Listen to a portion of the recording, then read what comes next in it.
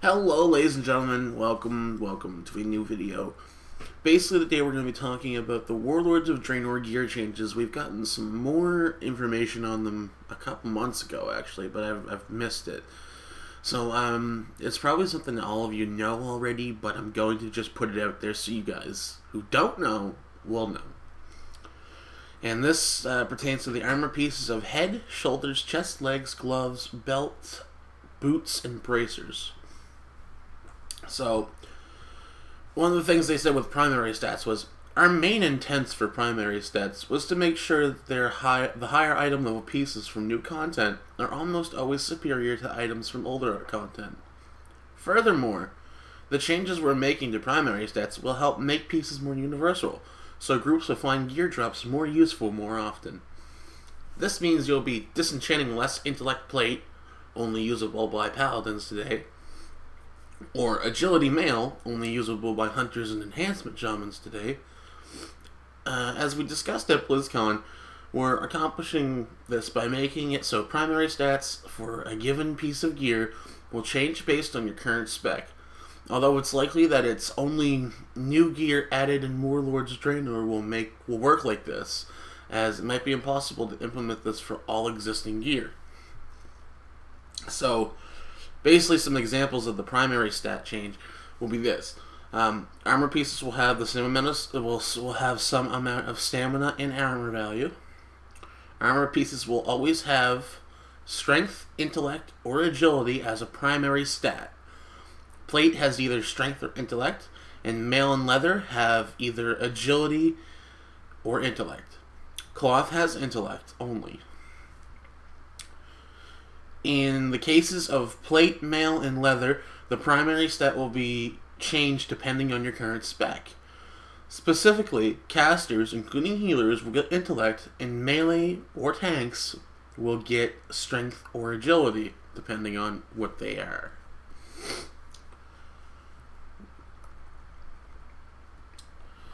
One of the quotes from them: our intent for secondary stats are to differentiate pieces that will occupy the same slot and allow players for customization to further differentiate specs within the class.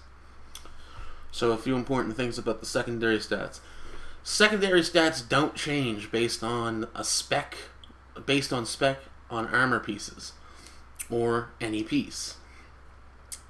Secondary stats on armor pieces can still include haste, crit, and or mastery. So they're not getting rid of mastery, they're not getting rid of crit, and they're not getting rid of haste.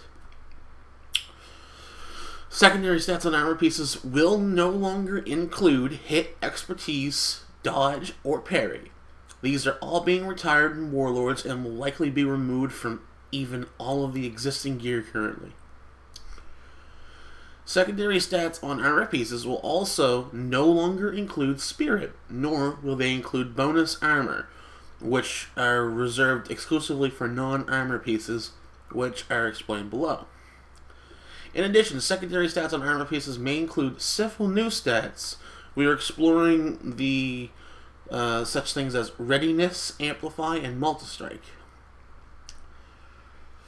And basically what they mean by that is some trinkets will have a secondary stat like dodge or parry on it, or hit or crit. It's probably not going to include any of the haste, crit, or mastery. Initially, I don't think the proc things will change, but basically around getting a trinket that has, let's say, 706 mastery on it currently. Yeah, that's fine. In Warlords, if you see something with mastery on it, it's probably going to be a main piece and not a trinket or, something like that. So, let's continue on down here. Additional properties. Armor pieces may have 3 other properties at random. First, items may be higher item level than normal. For the sake of this discussion, we can call these items Warforged for now. Second, items may have gem sockets. Unlike gem sockets today, gem sockets in Warlords of Draenor will be rarer, but more powerful. There will be no socket bonuses, but we are strongly considering requiring the right color gem for the socket. All gems will grant secondary stats, including spirit and bonus armor. Finally, items may have territory stats. These include things like a bonus to movement speed, sturdiness, lifesteal, avoidance, less AoE, and cleave. Because of the rarity of the territory stats, stacking them to produce, for example, a movement speed set will take enormous effort. You're going to have to farm these forever. The design intent of these additional qualities on items is to make itemization more exciting and to give it more longevity. Rather than waiting weeks to get a breastplate, you might get one pretty quickly. But to get a true best-in-slot item will take much more effort and a bit of luck. Here are a few points to consider for these properties. They haven't decided on the exact numbers yet, but for current discussion, let's just assume something like 10% chance for an item to have an additional property. It's possible that one item to have all three of these properties, but the chances of that is very small. Basically what they're doing here is they're randomizing all this gear. And I really don't have a problem with that, per se. It's just the fact that I don't know how this is going to really affect everything in our situations here with gear. Because if we look now, we have people ninjing tier pieces and pieces that they can't even use. So how is it going to go when everybody can use that stat? So we're going to have, instead of a holy pally getting intellect plate, now if there's a prop pally in that group, you know what they're going to do? That's just plate. I'm rolling on it too. There's like 15 other plate wearers in your group, let's say. They're going to all roll on it too because it's possible for them to. So I don't understand really why they are changing it like that. Non-armor pieces, weapons, rings, cloak, necklace, and trinkets. The primary stats. In general, most of these stats will not have strength, agility, or intellect. Instead, they may have attack power or spell power to make them more universal. However, our current thought is to keep primary stats on weapons so that they continue to feel iconic and special. Many items will have stamina on them as well. Secondary stats on these items. The information about secondary stats on armor above also applies here. In addition, spirit and bonus armor can appear on these items. Spirit is only useful for healers. Bonus armor is generally only useful for tanks.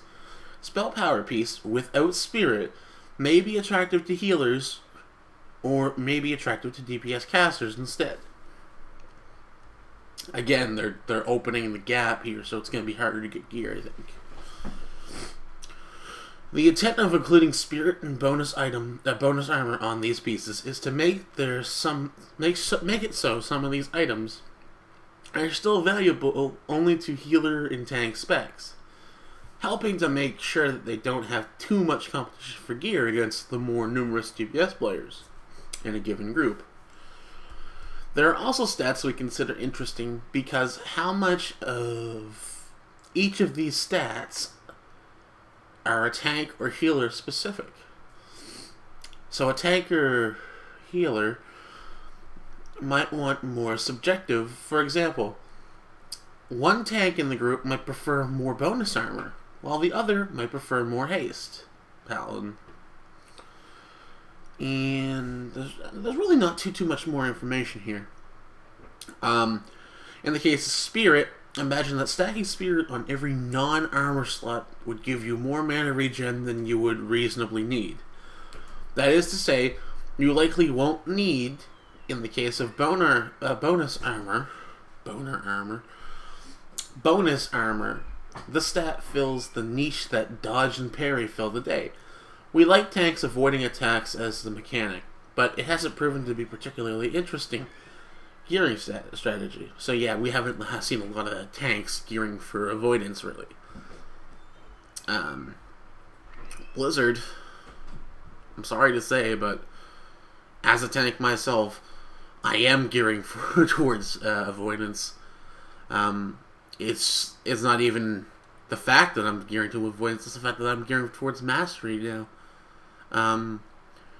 Paladins, we don't have to really do much but haste and mastery now because of the proc chance on our shield and the shield block on mastery. It's pretty it's not needed. This change you're doing for the tanks, like bonus armor and stuff. But yeah, and then I know that some of this is confusing because this is the actual writing from Blizzard. Whoever wrote that, it was probably didn't know what the hell they were doing because they've confused everything here. But in the next video, we're gonna just talk about what is, kind of happening here with, how do I put it? I want to talk about what you guys think and what I'm thinking here. Because what I'm thinking is there's going to be a lot more fighting over gear, more than there is not, more than there is now, rather. So probably not going to have too much, to discuss, but we're going to still get that out there. Anyway, guys, I'm going to leave you guys for now, and hope you guys enjoy the video. What was in the background is just basically filler content, so you have something to watch while you listen to me talk. And above all else, I hope you like the videos. Subscribe if you want to. Sorry for the mess ups, but again, that was all in the actual post. It's how they worded it. It's pretty terrible. But yeah, we're going to see a bunch of things coming up in the future. So I'll put a video out soon depicting what's going to happen there. And sorry if I do sound a little bit weird, but I think my nose is stuffed up. So we'll see you guys later. Peace out, and just enjoy your day. See you later, guys. In addition to that, I'm going to leave the video run in the background for a little bit longer, and I'll let you see the end of the boss fight. By the way, we do down it because this is simple content. See you guys in the next one. See you later.